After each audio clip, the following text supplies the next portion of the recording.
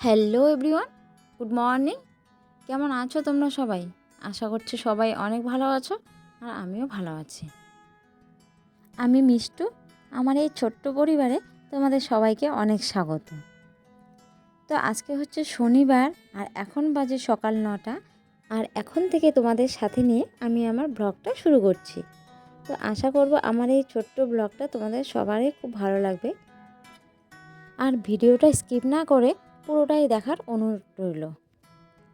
তো বরমশাই সকাল সকাল বাজার থেকে মাছ নিয়ে আসলো।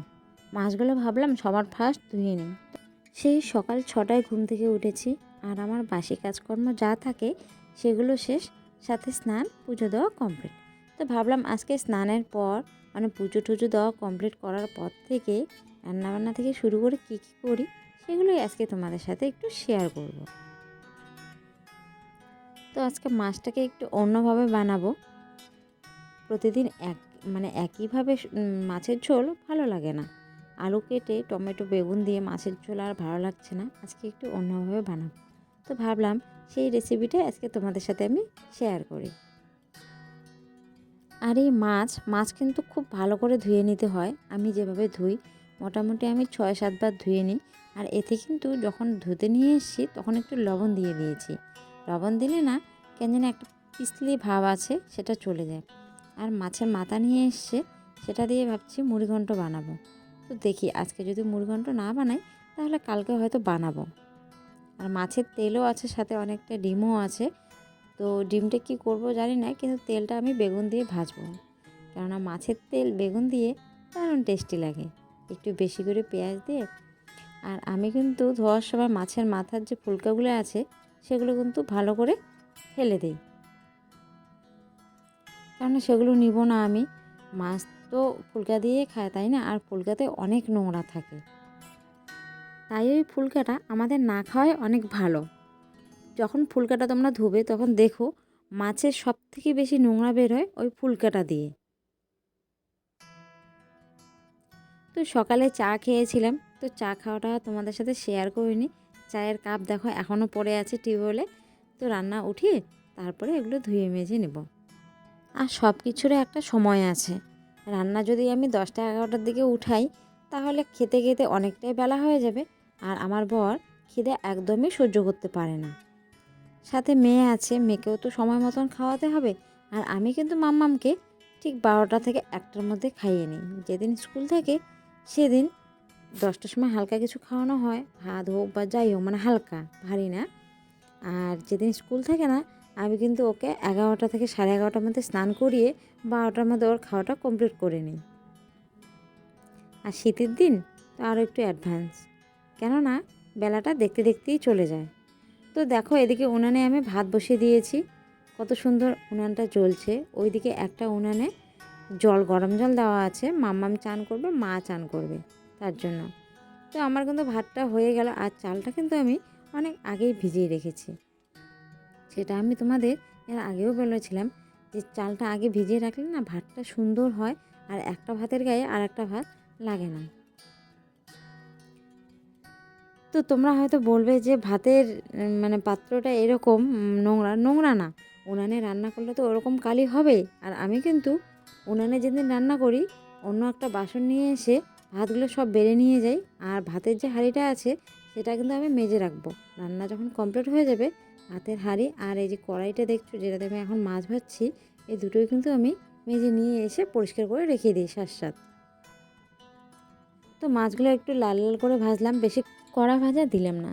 কেননা আমি যখন মাছের ঝোল করি তখন মাছটাকে না একটু হালকায় ভেজে নিই। লাল লাল হয়েছে উনানে, তো গ্যাস তো না যে হিটটা নামিয়ে দিব, তবুও যতটুকু পারি।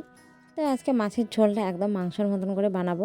প্রথমে দিয়ে দিলাম জিরে, গোটা জিরে, তারপরে দিব একটা তেজপাতা।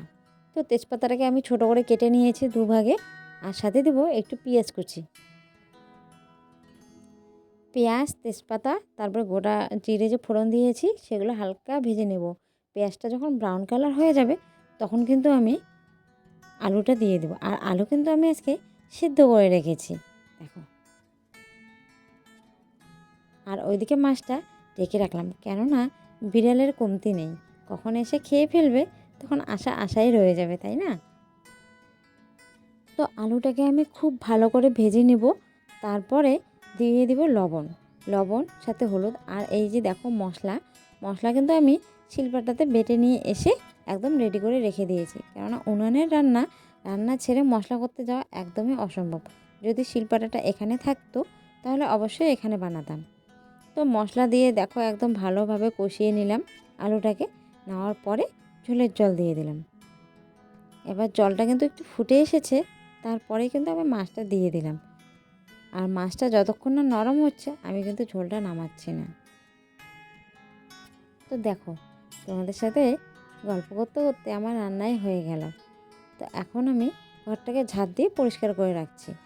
সাত কাজ সাত করাই ভালো, তাহলে কাজটাও অনেক কম থাকে আর তাড়াতাড়িও হয়ে যায়, আর মনে হয় না যে আমার কাজটা কখন শেষ হয়ে গেল। আর যদি রেখে দিই থাক একটু পরে করব, একটু পরে মানেই কিন্তু কাজের দোকান বসে গেল, আর তখন সব কাজ একসাথে শেষ করতে অনেকটাই কিন্তু পরিশ্রম হয়।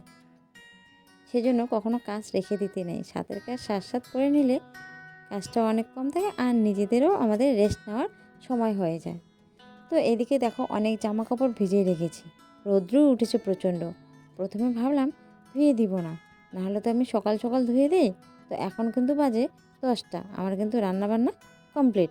আর আমার রান্না আজকে 1 ঘন্টার মধ্যে হয়ে গেল।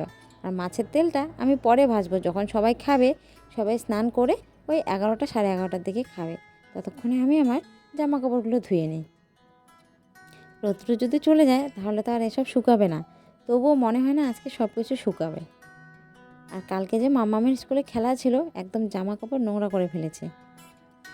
আর সেদিন পিকনিকে গিয়েছিলাম, বস্তাটা ধুয়ে দেওয়া হয়নি, সেটা আজকে ধুয়ে দেওয়া হয়েছিল। কত সুন্দর পরিষ্কার, একদম খুব সুন্দর লাগছে দেখতে। আর ওইদিকে মার ঘরে ব্ল্যাঙ্কেটটা একটু শুকোতে দিয়েছি, রোদ্রুতে হালকা গরম হবে, ভাঁজ করে রেখে দিব নিয়ে গিয়ে। আর শীতের দিনে গরম গরম ব্ল্যাঙ্কেট গায়ে দেওয়ার মজাই আলাদা। প্রতিদিনে আমার অনেক জামা কাপড় বেরোয়, শুধু আমার না, আমার মতন যারা গৃহবধূরা আছে সবারই। কেননা শীতে এত পোশাক আশাক লাগে আর সব নিজেরা করতে হয়, তাই আরও সময় একদমই পাওয়া যায় না, সত্যি এত ব্যস্ত। আর ওইদিকে দেখো লাউ গাছ আমাদের জল দিতে দিতে অনেকটাই বড় হয়ে গেছে লাউ গাছটা, আর লাউয়ের ডগা খেতে খুব ভালো লাগে। তো ওইদিকে কিন্তু ব্ল্যাঙ্কেটটা শুকিয়ে গেছে, মানে শুকিয়ে বলতে গরম হয়েছে সুন্দর। তো এটাকে এখন আমি ভাঁজ করে গিয়ে রেখে আসবো। তো আগে জামা কাপড়গুলো পুরো কমপ্লিট শুকোতে দেই, তারপরেই যাব। আমার এই সংসারের কাজকর্ম ইউটিউবের মতন পরিবারে শেয়ার করে যে আমি সবার কাছ থেকে ভালোবাসা পাবো কোনোদিনও ভাবতে পারিনি। যতটুকুই ভালোবাসা পেয়েছি সেটাই আমার কাছে অনেক।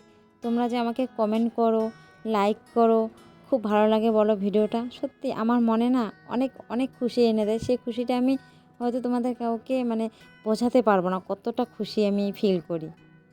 তো এইভাবেই সবাই আমার পাশে থেকো, সবাই আমাকে সাপোর্ট করো, তাহলে হয়তো আমি আরও অনেকটা এগিয়ে যেতে পারবো তোমাদের ভালোবাসায়, তোমাদের আশীর্বাদে। যারা আমার ভিডিওটা নতুন দেখছো তাদের একটাই রিকোয়েস্ট করব, ভিডিওটা দেখার পরে যদি ভালো লাগে তাহলে চ্যানেলটাকে সাবস্ক্রাইব করে পাশে থাকা বেল আইকনটা অল করে দিও, আর সাথে একটা লাইক দিও, ভালো লাগলে কমেন্ট করো।